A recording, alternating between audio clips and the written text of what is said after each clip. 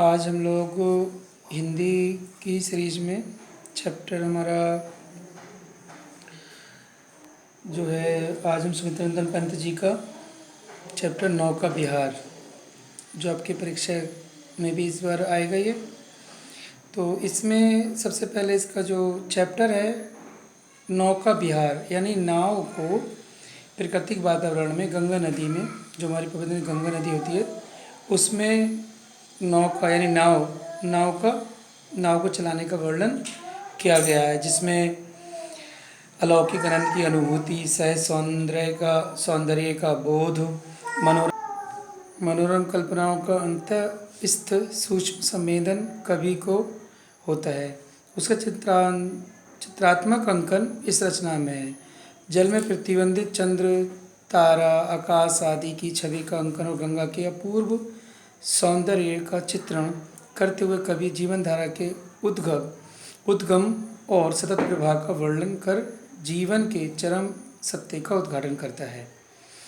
तो इसका जो हमारा पहला है, स्टार्ट करते हैं अब। शांत स्निग्ध ज्योत्सना उज्ज्वल, स्निग्ध माने शीतल, ज्योत्सना माने चांदनी, उज्ज्वल माने सफ़ेद, अपलक अनंत नीरव भूतल। अर्थात कवि कहता है कि चारों ओर शांत, तरल एवं उज्ज्वल चांदनी छिटकी हुई है। अपलक अनंत नीरव भूतल, अनंत माने आकाश, और आकाश टकटकी बांधे पृथ्वी की ओर देख रहा है। पृथ्वी अत्यधिक शब्द रहित या शांत है। सैकत सैया पर, सैकत माने रेत, यानी जो रेता होता है, बालू होती है। सैया पर दुग्ध धवल, दूध की तरह, धवल यानी सफ़ेद, दूध की तरह सफ़ेद। तनवंगी माने, तनवंगी निर्जर या कोमल, जो छरछरे बदन होता है। गंगा सैकत सैया पर दुग्ध धवल तनवंगी गंगा ग्रीष्म विरल, लेटी है श्रांत क्लांत निश्चल। यहाँ पे जो गंगा नदी है उसको उन्होंने चित्रात्मक रूप में एक युक्ति के तरह प्रेजेंट किया है, यानी उसे एक युक्ति मान लिया है। और उन्होंने कहा है कि ऐसे शांत वातावरण में एक जो बालू है सफ़ेद दूध की तरह, उस पर एक पतले शरीर वाली, छछरे शरीर वाली जो एक महिला है, सुंदर युक्ति है, वो गर्मी से व्याकुल होकर शांत निश्चल, एकदम मुरझाई हुई, व्याकुल होकर रेत पर लेटी है। यानी गंगा नदी को एक सुंदर युक्ति के रूप में वर्णन किया है कि वो जो सुंदर युक्ति है वो सफ़ेद सैया पर, यानी सफ़ेद बिस्तर पर गर्मी से बेहाल, मुरझाई हुई, शांत लेटी है। तापस वाला गंगा निर्मल शशिमुख के दीपित मृदु करतल, लहरें उर पर कोमल कुंतल। उन्हें कहा है, और गंगा के जल में चंद्रमा का बिंब ऐसा झलक रहा है जैसे गंगा रूपी कोई तपस्विनी अपने चंद्रमुख को अपने कोमल हाथों पर रखकर ऐसी लेटी है, और छोटी छोटी लहरें उसके जो सीने पर आ रही हैं वो ऐसे लग रही जैसे कि उसके बाल उसके ऊपर आ गए हों। गोरे अंगों पर शेर शेर लहराता तार, तरल सुंदर चंचल चंचल सा नीलंबर, और तारे भरे गोरे अंगों पर, जो उसका जो हम गंगा को एक युक्ति मान रहे हैं, उस पर गोरे अंगों पर जो उसकी गंगा की लहरें आ रही हैं वो कांप जा रही हैं, जैसे कि तारों की छाया पड़ती है। तारों भरे आकाश की चंचल परछाई गंगा के जल पर जब पड़ती है तो वो ऐसा प्रतीत होती है जैसे मानो जो गंगा रूपी तपस्विनी महिला थी युक्ति, उसके गोरे गोरे अंगों के साथ स्पर्श पर बार बार कांप जाता है। और जो तारों जड़ा उसका नीला आंचल है, लहरा रहा हो। साड़ी सी सिकुड़न सी जिस पर शशि की रेशमी विभा से भर, जो चंद्रमा की रोशनी पड़ रही थी उस पर, तो उससे चंद्रमा की जो रोशनी में जो गंगा की लहरें टेढ़ी मेढ़ी दिख रही थी वो ऐसी लगती हैं जैसे सिमटी है बरतुल मृदु लहर, जैसे कि जो लहरें हैं वो ऐसी प्रतीत हो रही हैं जैसे कि रेशमी साड़ी में सिलबटे या कपड़ा जो सिकुड़ जाता है, ऐसी हो गई हूँ। अब नेक्स्ट पैरा पे आइए। चांदनी रात का प्रीतम पर हम चले नाव लेकर सतवर, यानी चांदनी रात, जब चांद निकलता है उसी को प्रीतम पैर, जब सूर्य निकलता है, चांदनी रात का प्रीतम पैर में कवि कहते हैं हम नाव लेके चल पड़े, हम नाव लेके चल रहे हैं। सिकता की सस्मित सीपी पर मोती की ज्योत्सना रही बिचर, लो पाले चढ़ी उठा लंगर। तो उसमें जो बालू है, रेता है, सिकता में रेता, जो बालू है उस पर सीप लेटी हुई है और उस पर चांद की रोशनी पड़ रही है। वो ऐसी लग रही है जैसे सीप में मोती होता है। लो पाले चढ़ी उठा लंगर, और जो नाव पर पाले जो त्रिपाल टंगा होता है ऐसे वो चलती हैं, वो चढ़ गई ऊपर, वो चलने लगी हैं। और उठा लंगर जिससे नाव को रोकते हैं, जो लोहे का आंकड़ा होता है उसे रोकते हैं, उसे हमने उठा लिया है। और पाले त्रिपाल जो होता है, जो टंगा होता है कपड़े जैसा, पर्दे जैसा, वो ऊपर चढ़ा दिए गए हैं। मृदु मंथर मंथर लघु तरणी हंसनी सुंदर, तिर रही गोल खोल पालों के पर। अब धीरे धीरे मंद धीरे धीरे चल रही हैं। जो नाव थी हमारी वो धीरे धीरे ऐसे चल रही हैं, ऐसी लग रही हैं जैसे कि उन नदियों में हंसनी और हंस जो चलते हैं, जो हंस चलते हैं, हमने देखा है, एक के पीछे एक के पीछे एक के पीछे एक, जो ऐसे चल रही हैं जैसे वो हंस चलते हों। और जो त्रिपाल हैं उनके जो पाल थे वो ऐसे लग रहे हैं जैसे कि वो उनके सुंदर सुंदर पर हों। और वो चूँकि चांदनी रात है तो उसमें वो नीचे पहले देखिए, निश्चिल जल के सूची दर्पण पर बिंबित हो रजत फुले निर्भर।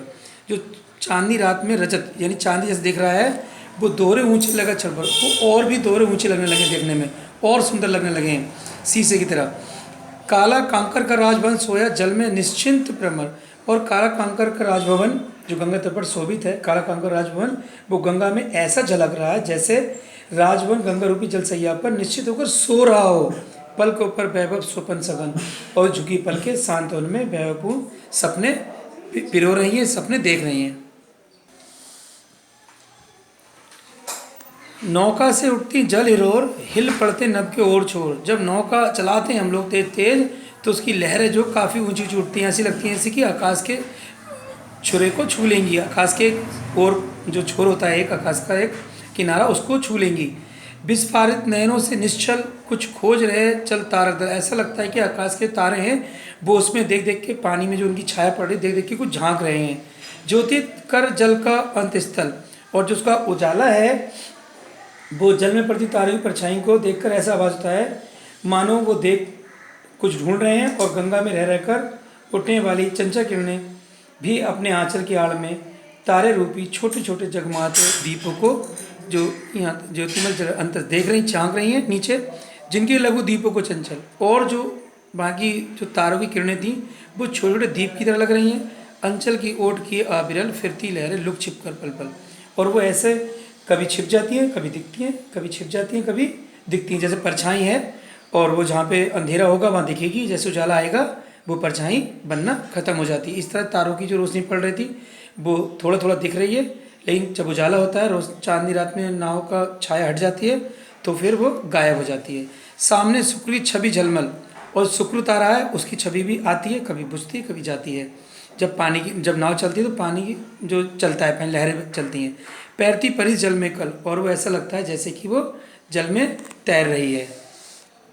रू परे कछुओं में ओझल, और फिर वो भी ओझल कहीं ना कहीं जाके थोड़ी देर बाद जाके मनोरम दृश्य भी ओझल हो जाता है।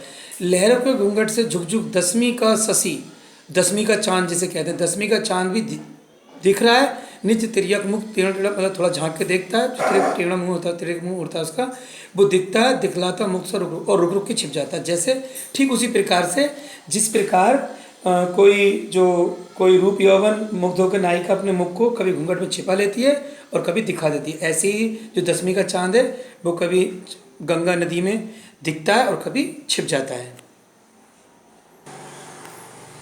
जब पहुंची चपला बीज धार, छिप गया चांदनी का टकार। और जब हमारी नदी, जो हमारी नाव है, वो गंगा के बीच में पहुंचती है तो वहाँ चंद्रमा की चांदनी चमकती हुई रेतीले तट पर स्पष्ट दिखाई नहीं देती है। तो कभी को वहाँ अब दो बाहों से दूरस्थ, ऐसा लगता है दो बाहें तीर धारा का कृष कोमल शरीर, कृष माने पतला दो शरीर, आलिंगन करने को दी। यानी ऐसा लगता है जैसे कोई यौवन वाली जो शरीर तौर पे महिला थी, तो वो अपने दोनों हाथ, जो दोनों किनारे हैं वो दोनों हाथ हैं, और नाव को आलिंगन करने के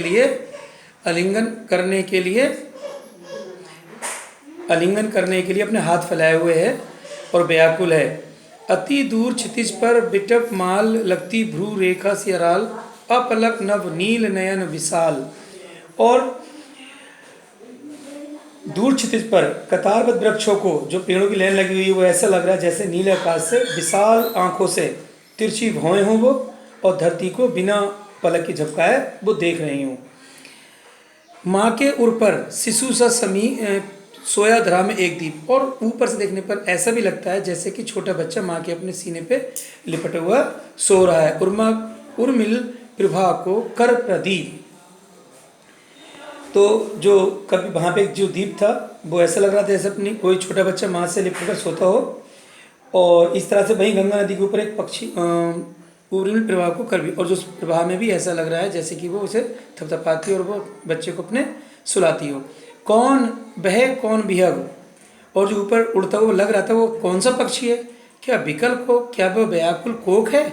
उड़ता हरजन निज विरह शोक, जो अपनी काकी के विरह शोक में उड़ता हुआ फिर रहा है, और परछाई को, अपनी ही परछाई को काकी समझ रहा है, छाया की काकी को बिलोक। और उसी को जो एक बिकल कोक पक्षी होता है जिसे चकवा कहते हैं, और काकी उसकी वो हो गई जो मादा पक्षी होता है चकबी, तो वो ऊपर से अपनी छाया को चकबी समझता है और उससे मिलने के लिए व्याकुल होता है, और अपनी जो व्याकुलता उसे मिटाने के लिए, उससे मिलने के लिए पानी में झांकता है। पतवार घुमा अब प्रतनु भार, जब हमने पतवार घुमाई, जब हम बीच में पहुंच गए थे तो हमने पतवार घुमाई जब, नौका धूमि विपरीत धार, तो वहाँ पर जाके भार बहुत कम हो गया था। अब प्रतनु भार कम हो गया ज़्यादा पानी में जाके, नौका फिर विपरीत धारा में घूम गई।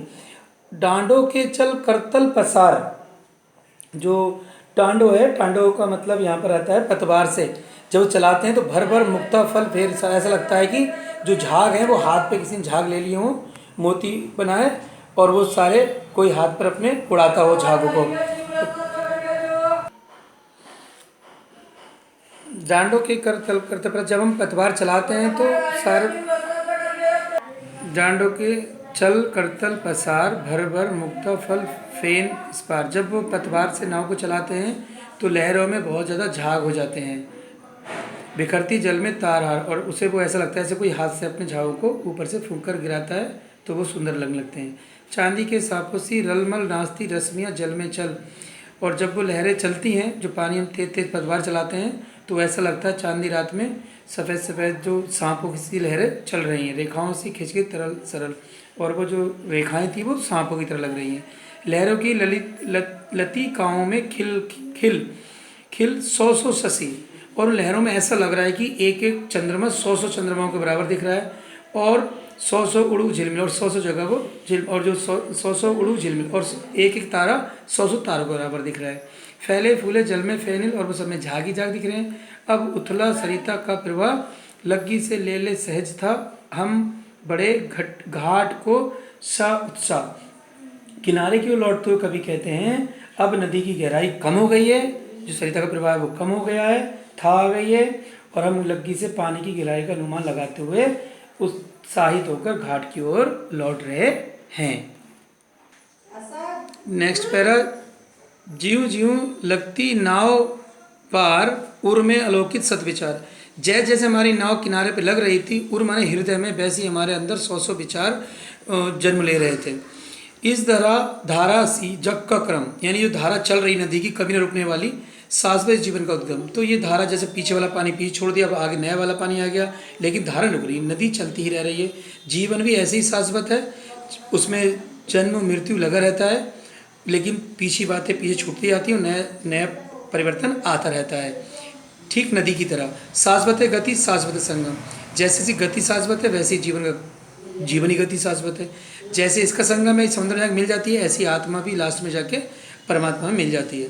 शाश्वत नभ का नीला विकास, जैसे आकाश का नीलापन हमेशा रहने वाला है, शाश्वत शशि का ही रजत रात, और वैसी ही चंद्रमा का ये सफ़ेद जो है वो भी हमेशा ही रहने वाला है।